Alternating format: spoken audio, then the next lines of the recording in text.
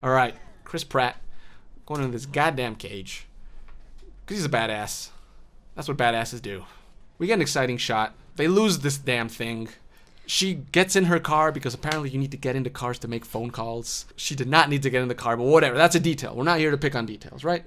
And of course, plot device, this thing can camouflage. Plot device, this thing can hide its heat. Plot device, this thing is really smart. Plot device, whatever you want. The thing was still in the pen with them, right? Not a bad shot. I think it's fairly exciting. Chubby guard cliche kind of had me so pissed off that it distracted me for a second. Mm-hmm. And then, of course, ethnic minority secondary character gets eaten up first. They always kill the Mexicans, don't they? I know he wasn't like Pakistani or something. You're so racist. But you get a full shot of the dinosaur. Again, it's given away. Why would you do that? It's too soon. It's too soon. You see the face, you see the body. There's no build up to the dinosaur. This giant thing that costs, billions of dollars and it's genetically engineered. They could have saved a lot of money on CGI and done a better job of getting me to crap my pants. That is one big pile of shit. It's kind of lame that it's daytime. Yeah. Call me crazy, but it's like afternoon tea time. And look at the fat guy. He's not even really scared. Right, just mediocre acting. I don't know if they did that to make this movie more appealing to kids, and so they avoid some of the stronger acting, which was very jarring in Jurassic Park 1. I mean, you see some of the acting, and that's what's disturbing, not the dinosaurs. Anyway, the shot's not that bad. I just wish we had seen less of this thing.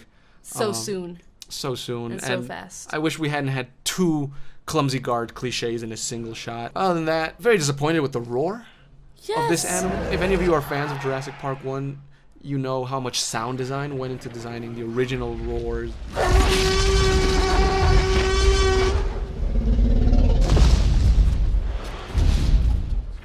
And this one honestly just sounds like it just came out of some sound library. It's not distinctive. I can't remember it when I leave the theater, so disappointing sound design. There's nothing distinctive about it. There's nothing unique. There's nothing that makes me say, that's the roar. It should feel custom. It should feel special. Every little thing about this goddamn dinosaur should feel like it cost millions of dollars, right? Which it did, both in the movie and in the real world. So goddamn it, give me a better roar, motherfuckers. I guess they don't care enough. At this point in the movie, as I guess when suspense is broken and you move into sort of the thriller and, I guess a little bit action, because this is, 2016. So thriller combined with action. So at this point, the suspense building should have stopped, and we should move into the action, which we kind of do.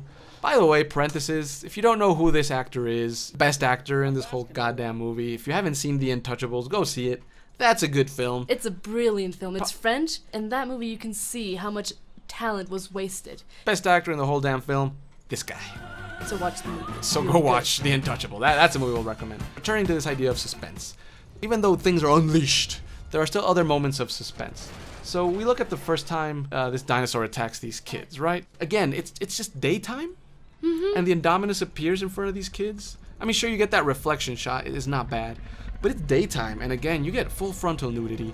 Right? You see everything the dinosaur is. Steven Spielberg was really good at that. He always knew that the setting reflected the general mood of the shot, right? It was either raining, it was dark, the surroundings reflected what you're supposed to be feeling. And here, again, we get Florida, Disney World. Florida, Disney, general weather. And the kids get attacked for the first time in this weather. Rather undramatic appearance. And beyond that, if you're going to have people terrified, the way we get terrified is if we see that people on screen are terrified.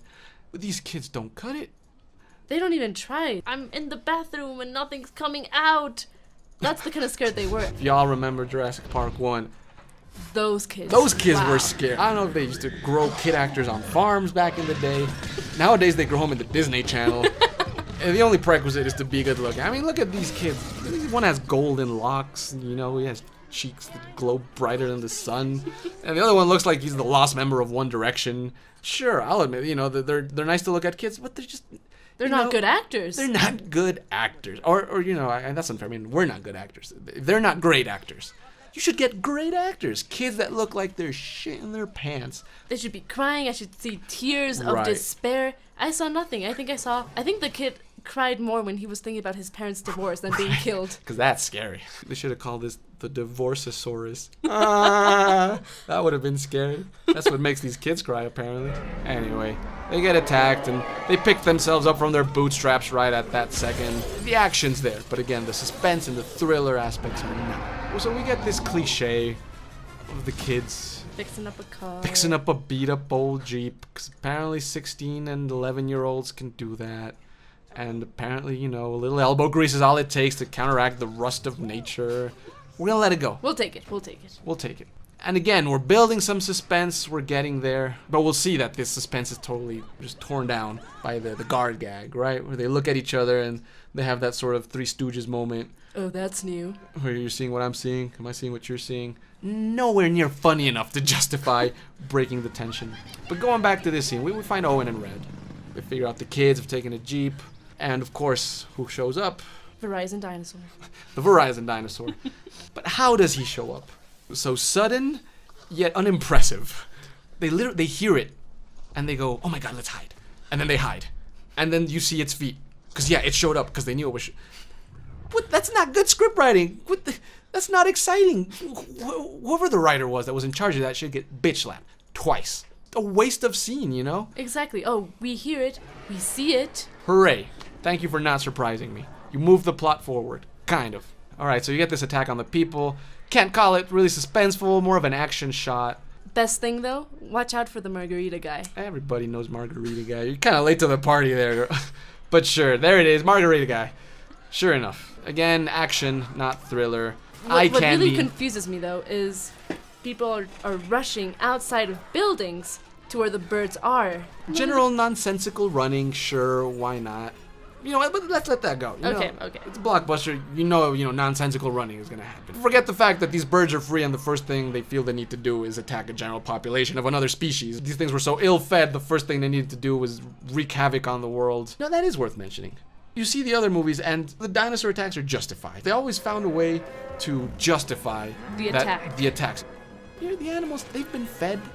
They're not angry. We're not treading on their territory. So it just seems gratuitous that these birds are attacking all these people.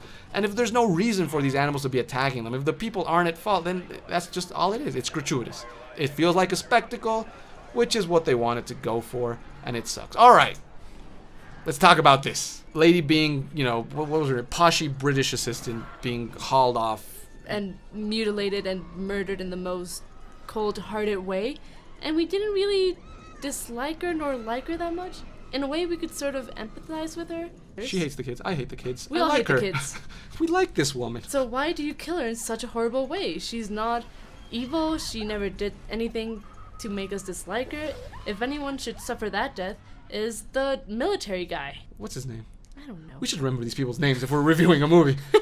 Fat guy. The guy who was on Daredevil, if any of you watch that show. But yeah, he deserved the ultimate death. But he doesn't get it. This girl gets it. Why her? What did she do? So let's take a look at what happens. Gets carried off, gets thrown and picked and treated like a piece of fish. Her neck's probably half snapped at this point. They drop her into the tank. You know it's coming, but that's not enough. They dive in like birds of prey, pick her up. She's being drowned as she's being mauled. And over and over and over. If that wasn't enough, the kids have to watch it. They hardly seem impressed again. Just bad actors. And then, of course, she gets swallowed and eaten by two dinosaurs at the same time. She's probably not even dead yet. She's probably alive in his mouth, right? And she's gonna die from suffocating on the pressure of this thing's esophagus pushing it. I mean, it's a horrible, horrible death. It really is. Why her? I don't think she deserved it, honestly. I don't think she deserved it either. either. She was a poshy assistant, but to survive in that world, you have to be a poshy assistant, and she wasn't even that bad. Moving on, InGen takes over the control room. We got all this goodness. And we move on to, the scene they've basically been working us up to, which is the velociraptors being used as a weapon. And Owen, he used to be military, so he can talk tough with these guys, so we respect him even more. He's got it all! And then he talks to the dinosaurs like he's a fucking horse whisperer. I mean, really. He's riding with them. They make more comments about how he's such a badass, and killer CG with the moving camera on the trolley, whatever the hell you call it.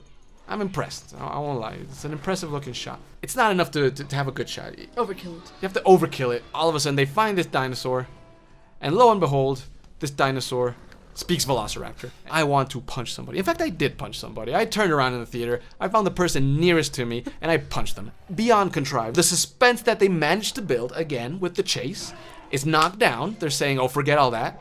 The chase is moot. Instead, we're going to have this contrived plot twist that extends the action scene. Sure, the action continues, but the suspense is broken. Why would you do that? Oh, it's part of Velociraptor.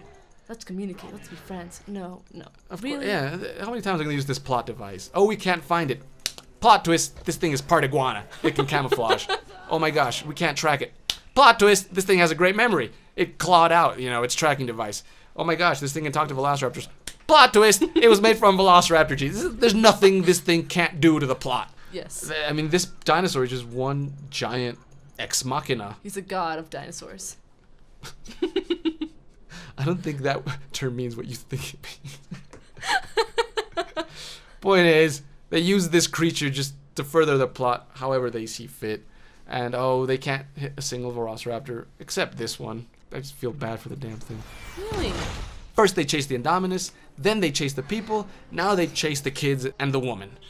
Because, that's what the people paid to see, I guess. We came to the movie to see as many dinosaur chases as possible. They finally get away. They reach this laboratory, and as if they hadn't spelled it out enough, here are all the animals that they, allegedly used to manufacture this thing. Animals that can camouflage, animals that can detect heat. And of course, finally, bad guy shows up for no reason. And then the bad guy shows up, and then a velociraptor kills him. Because that's how this script works. Nothing happens because of, any causality. Everything is just and then, and then, and then. And Blue shows up. I think it's Blue. I think it's Blue. It just shows up. Just shows up. No suspense built up to it. No surprise. It's like somebody just walked into the room. Susan could have walked into the room, and it would have been just as exciting. I don't know who Susan is, but she sounds not very exciting, and that's how exciting this scene is. And of course, he gets mauled. Nowhere near badly enough. Here's what kills me. Oh, I get Owen doesn't like this guy and he likes velociraptors. Is he so angry at this guy that he would let him be mauled by a dinosaur? I mean, he's still a human being and he had a gun in his hands. And he chose not to defend a fellow human being. We have to be able to believe these characters if we're going to feel for these characters. The emotional dots don't connect, and so we don't feel anything.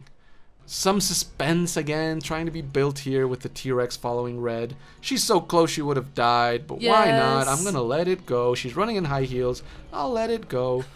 So they finally meet face to face, and you get the final battle. The music is so bad when he breaks these bones. What were you thinking? It feels like a superhero movie, like Superman saving the world by blowing up a meteor. That's what it feels like, not a prehistoric beast charging in, so not feeling it. For those of you musicians out there, I'm pretty sure that was a major 7 chord. You don't use major 7 chords for action scenes between giant beasts.